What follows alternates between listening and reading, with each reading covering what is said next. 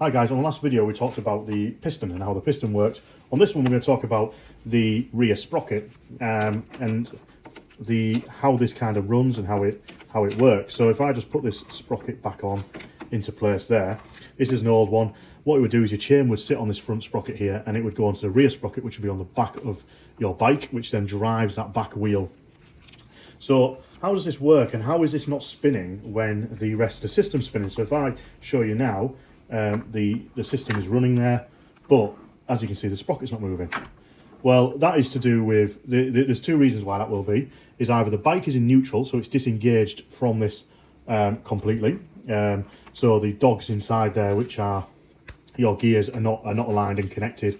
You'll have two in there. You'll have one that comes off the main drive shaft, which is spinning, and then you will have your gear one, which will be disengaged, so there'll be non-connecting, which will then allow this to run freely without the engine having to run. And then what you've got is you've got your clutch. So as you're disengaged, when you put the clutch in, if you're let's just say you're in third gear and you put your clutch in, what it will do is it will release the tension on this, which allows the rest of the system to run as it is there, but the middle doesn't move, and that middle is what's connected directly to the cogs inside and to the drive shaft inside there. So this allows you then to change gear without the back wheel getting loads of torque, and that's why when you put the clutch in you start to slow down, because you're not getting any more power from the engine. Even though it's all running, you're not getting that power to go to the back wheel. So what happens if I then stick it into first gear?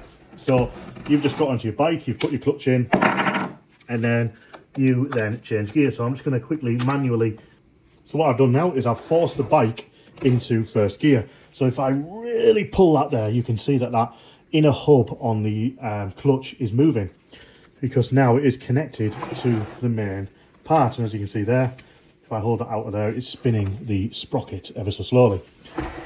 And what that means now is that it is fully connected to the main system of the bike. So when you turn that now, it turns.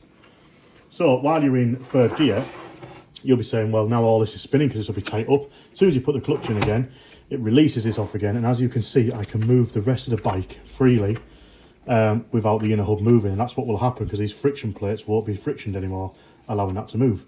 And that is how this sprocket works.